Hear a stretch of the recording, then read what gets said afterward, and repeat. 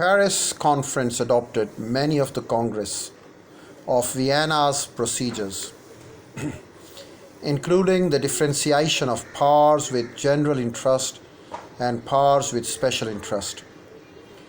Private meetings of the heads of great powers and great powers delegations and the convening of a conference of ambassadors afterwards in Paris.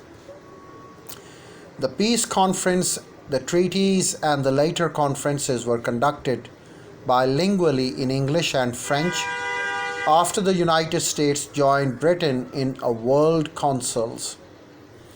As at Vienna, political leaders attended, but kings and princes were strikingly absent in an era of cabinet governments and widening electorates. Even more than that, at Vienna, non-governmental organizations, most representing national entities seeking independence, sought a hearing at the court of the great powers. Ultimately, some European peoples gained independence, which resulted in an increase in number of sovereign states. The chief innovation of the peace negotiation was the creation of League of Nations as the first permanent major international organization with Secretariat of International Civil Servants.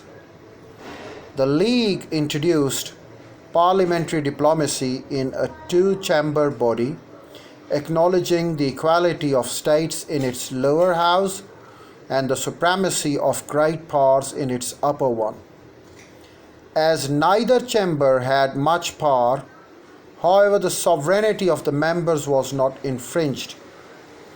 The League of Nations sponsored conferences, especially on economic questions and disarmament, and supervised specialized agencies, for example, Universal Postal Union.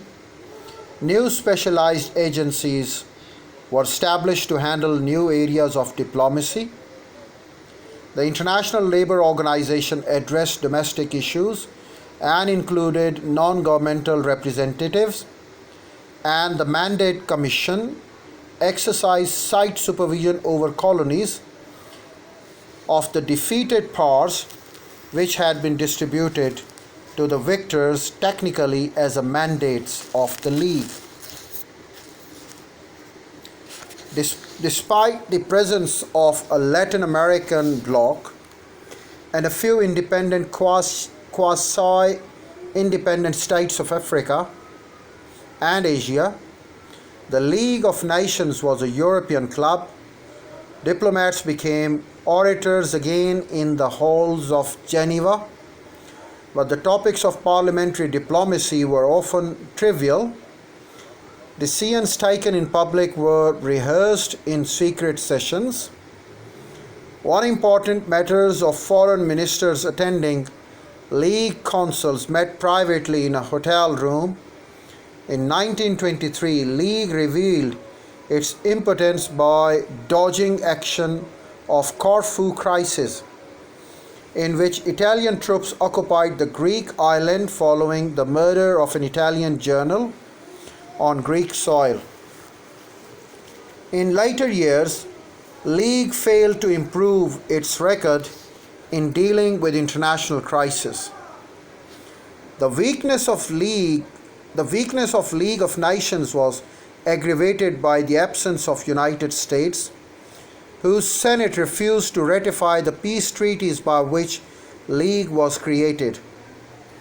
The Senate's inaction raised questions about countries' reliability. The basis effective diplomacy and drew attention to the blurring of the line between foreign and domestic policy, and in the view of some of the irresponsibility of democratic electorates. The public perceived diplomacy was a kind of athletic contest which was cheering there all around, and it could not linger any longer.